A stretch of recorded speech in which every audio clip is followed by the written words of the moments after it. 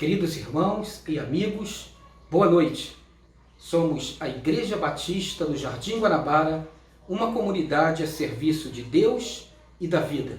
E esse é o nosso culto de toda quarta-feira, às 19h30. Que esse culto seja um canal da graça de Deus sobre a sua vida. Que estar aqui conosco, partilhando do louvor, das orações e da palavra, seja uma grande bênção para você. E vamos iniciar esse culto louvando ao Senhor com o nosso ministério de louvor. Te louvarei, não importam as circunstâncias. Deus te abençoe.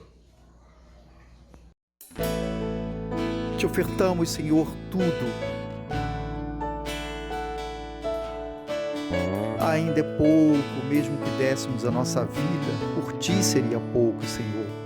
Queremos Te ofertar muito mais. Perto quero estar, junto aos Teus pés, pois prazer maior não há que me render e Te adorar. Tudo que há em mim quero Te ofertar,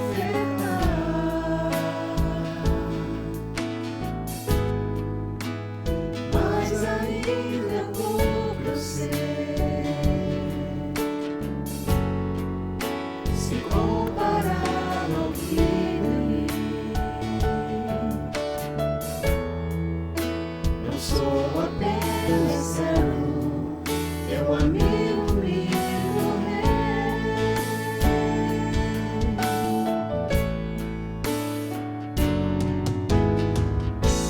Te louvarei,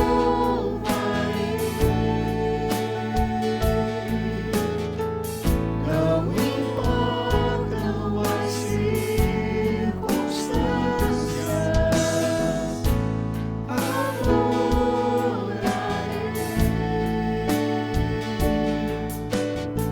somente a Ti, Jesus.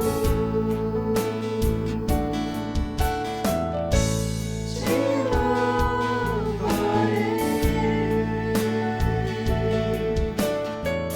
não importam as circunstâncias,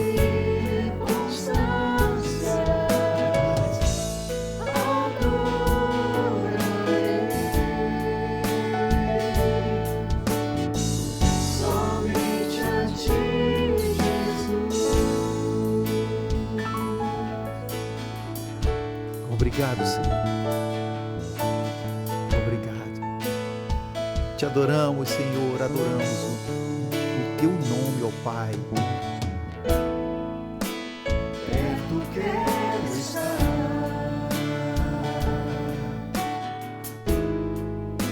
junto aos Teus pés, pois prazer maior não há que me render e Te adorar. Tudo que há em mim quero Te ofertar,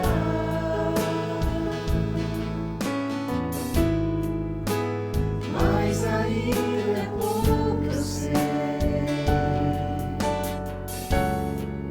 Se comparado ao que ganhei, não sou apenas Teu amigo me tornei.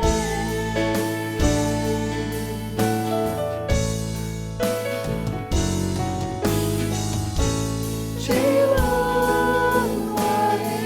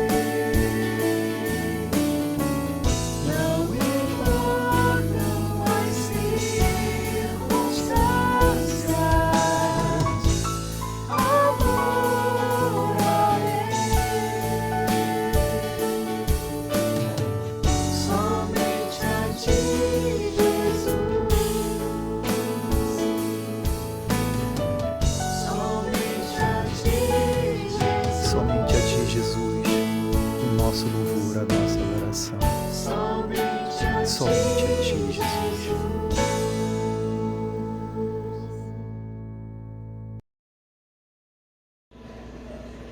Eu quero ler para vocês a palavra do Senhor no Evangelho de Jesus Cristo, escrito por Lucas, capítulo 9, a partir do versículo 10. Lucas 9, 10 em diante. Diz assim a Bíblia: Ao voltarem, os apóstolos relataram a Jesus o que tinham feito. Então, ele os tomou consigo e, retirando-se para uma cidade chamada Betsaida, retirou-se para uma cidade chamada Betsaida.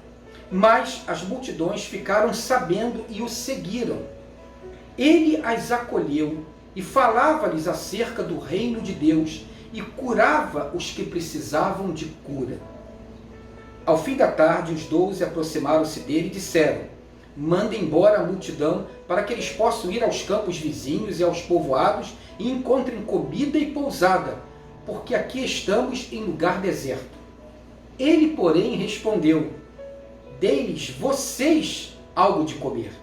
Eles disseram: Temos apenas 5 pães e 2 peixes, a menos que compremos alimento para toda essa multidão. E estavam ali cerca de 5.000 homens. Mas ele disse aos seus discípulos: Façam-nos sentar-se em grupos de 50. Os discípulos assim fizeram e todos se assentaram. Tomando os 5 pães e os 2 peixes, e olhando para o céu, deu graças e os partiu. Em seguida, entregou-os aos discípulos para que servissem ao povo. Todos comeram e ficaram satisfeitos, e os discípulos recolheram 12 cestos cheios de pedaços que sobraram. Vamos orar? Pai querido, agora que lemos a Tua palavra, fala ao nosso coração, nos edifica com a Tua palavra, porque só o Senhor pode nos trazer o alimento espiritual e renovar a nossa fé e o nosso ânimo. Em nome de Jesus, amém.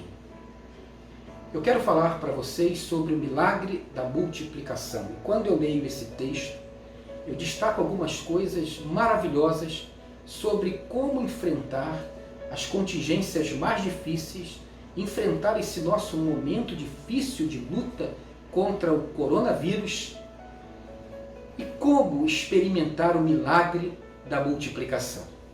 A primeira coisa que a gente vê é que depois de um dia cansativo para Jesus e os seus discípulos, quando eles se deslocam para Betsaida a fim de descansar, chegando lá encontram uma multidão.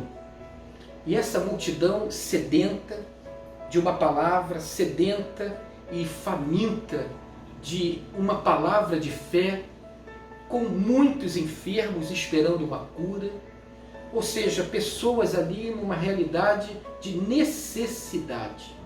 Diz a Bíblia que eram praticamente 5.000 homens.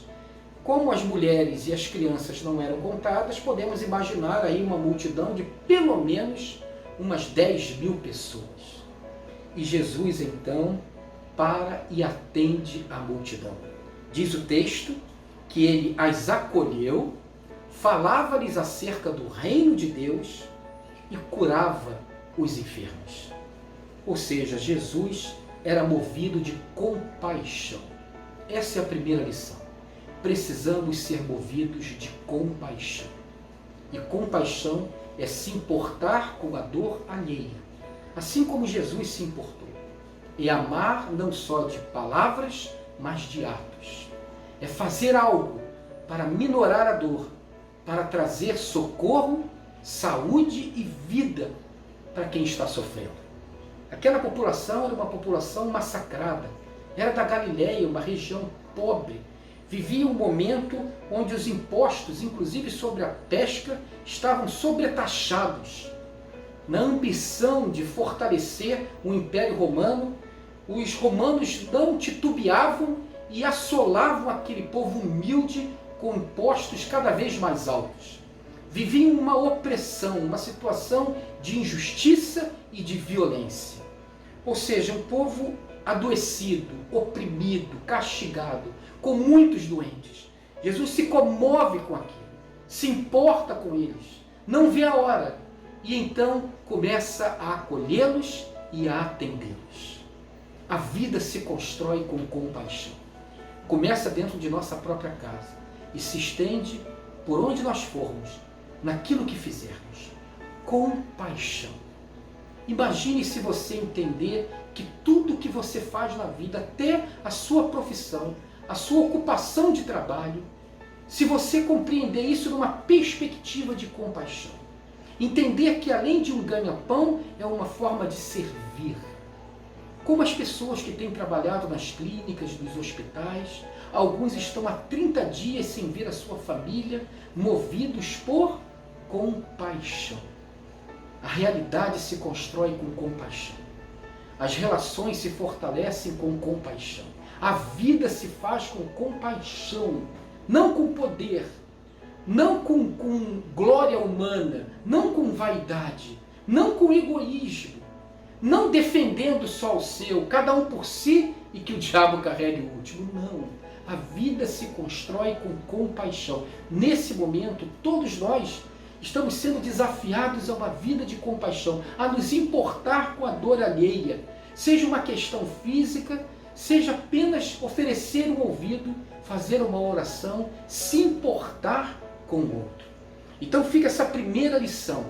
Temos que ser movidos por compaixão como Jesus foi. Depois, de uma certa altura, os discípulos chegaram para Jesus e falaram: olha, a multidão está aí, não tem comida, não tem como pousar toda essa gente, manda esse pessoal embora. Diz para eles: ó, foi muito bom, estou dando uma mensagem boa para vocês, curei alguns enfermos, mas agora vocês têm que ir, porque eu não tenho comida e eu não tenho aonde repousar vocês essa noite.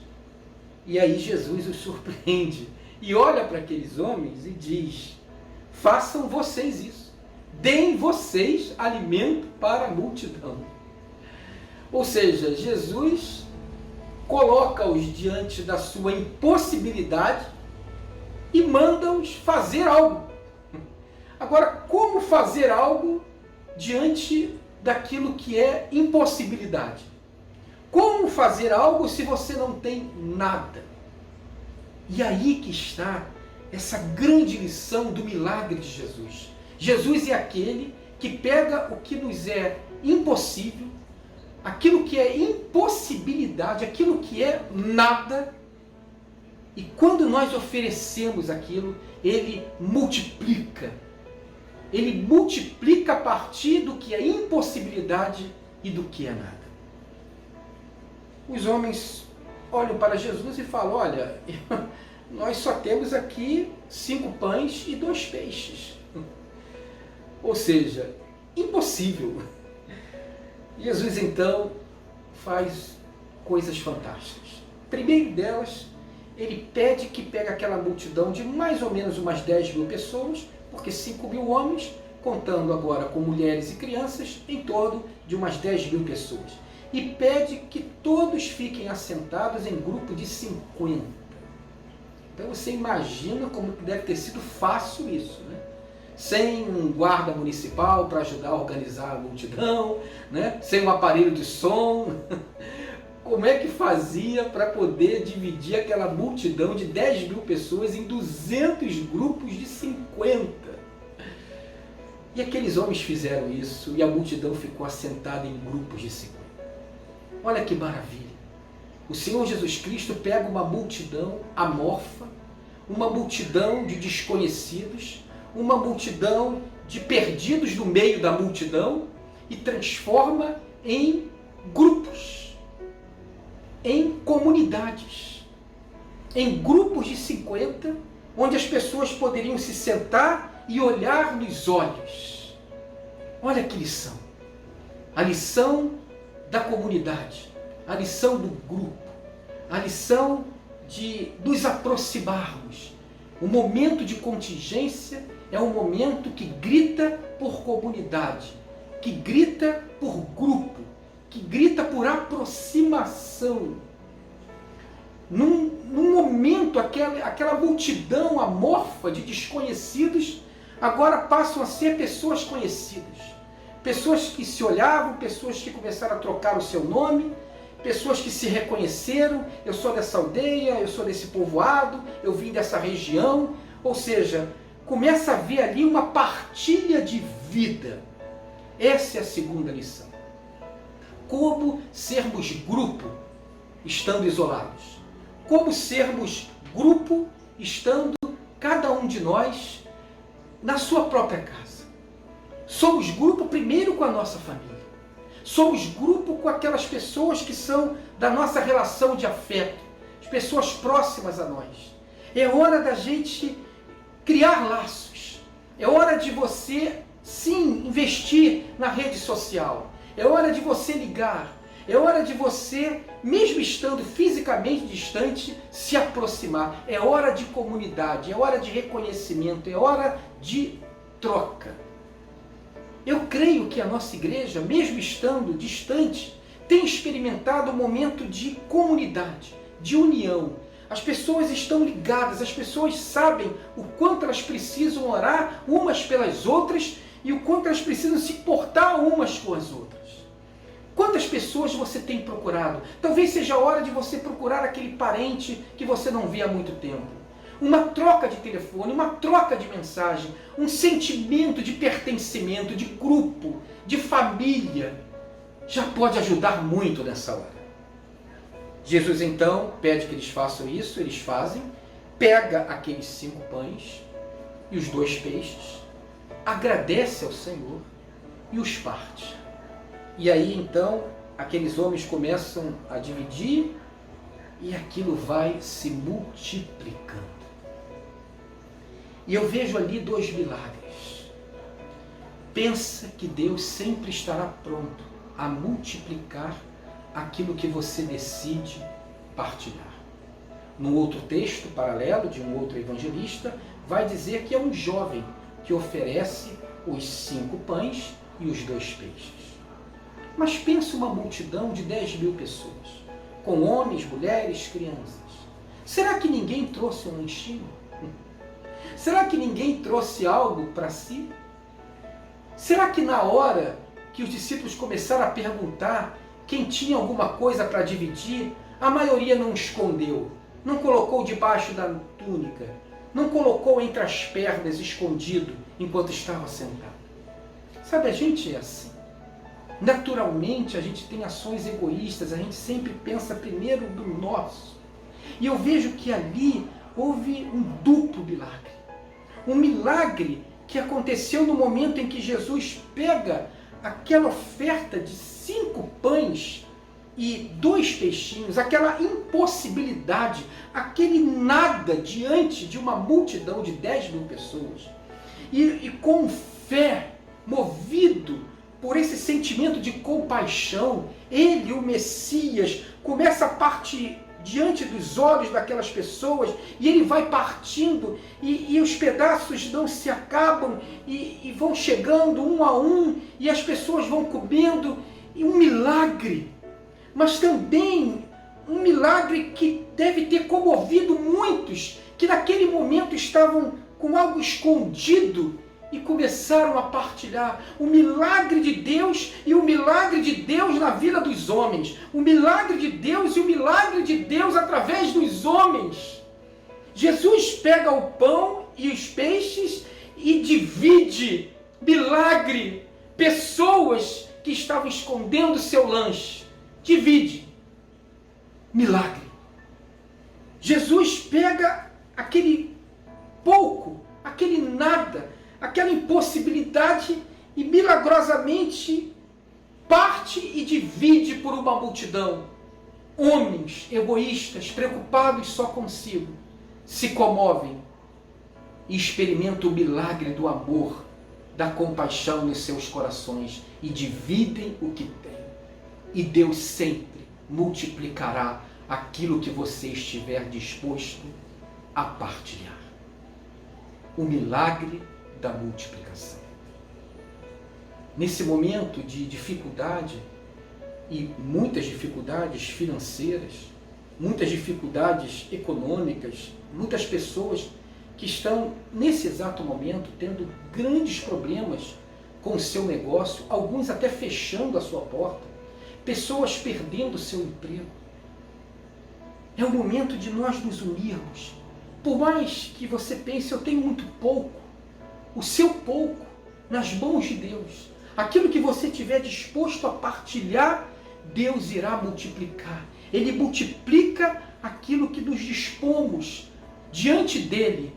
Ele multiplica aquilo que a gente se dispõe a partilhar. E isso não só em termos financeiros, de você se preocupar com alguém, de você ajudar alguém, mas mais do que isso, em termos emocionais, em termos afetivos e em termos de fé. Como é hora da gente infundir fé.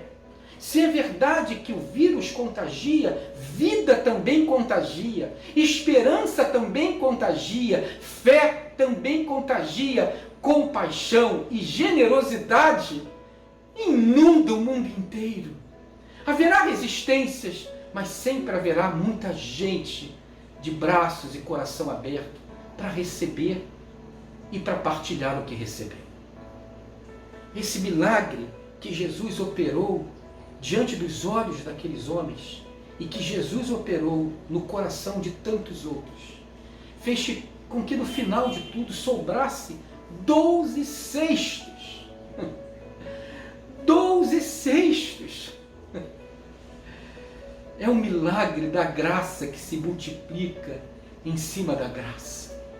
Você é convidado a partilhar desse ciclo de graça que gera graça. Então são essas as lições. Primeiro, responder com compaixão. Segundo, responder com comunidade, com afeto, com grupo, com aproximação. E responder entregando até mesmo o pouco que você tem, porque Deus sempre estará firme para multiplicar aquilo que você estiver disposto a partilhar. Que esse momento de contingência seja um momento de milagre de Deus na sua vida e na nossa sociedade. Que as pessoas que dividem o teto com você possam testemunhar esse milagre na sua vida. Que você descubra essa outra maneira de viver. E quando terminar o confinamento, aquilo que muitos esperam, que é uma sociedade machucada, fragmentada, destruída, experimentará o contrário. Uma comunidade que fará da sua fraqueza a sua força, do seu momento de escassez a sua grande experiência de multiplicação. Que Deus te abençoe, que Deus te guarde e que essa palavra frutifique na sua vida. Eu vou orar agora, mas eu quero pedir que após esse nosso encontro, você não saia da sua sala, muito pelo contrário, se una às pessoas que estão com você ou você mesmo sozinho e faça a sua oração. Vamos orar pelas pessoas enfermas. Vamos orar por toda essa gente bonita, como eu tenho dito, gente bonita que tem trabalhado nos hospitais. Médicos, enfermeiros, no administrativo, na limpeza, nos suprimentos, na organização. Que Deus abençoe essa gente bonita, renove a coragem e a força. Que Deus abençoe essa gente brava que tem saído para trabalhar, que tem colhido lixo, tem fabricado pão, tem trabalhado nos mercados, nas farmácias. Eu passei um dia desse por uma equipe consertando uma instalação elétrica. Passei por outra equipe da SEDAI trabalhando, consertando um encanamento de uma rua. Que Deus abençoe essa gente brava. Que Deus abençoe o nosso país. Que Deus abençoe o mundo. Ore por todas as autoridades, para que haja neles um espírito de sabedoria e de compaixão. Que nesse momento os egos diminuam e as pessoas possam se unir em face do povo, da gente sofrida que precisa de uma direção firme e generosa.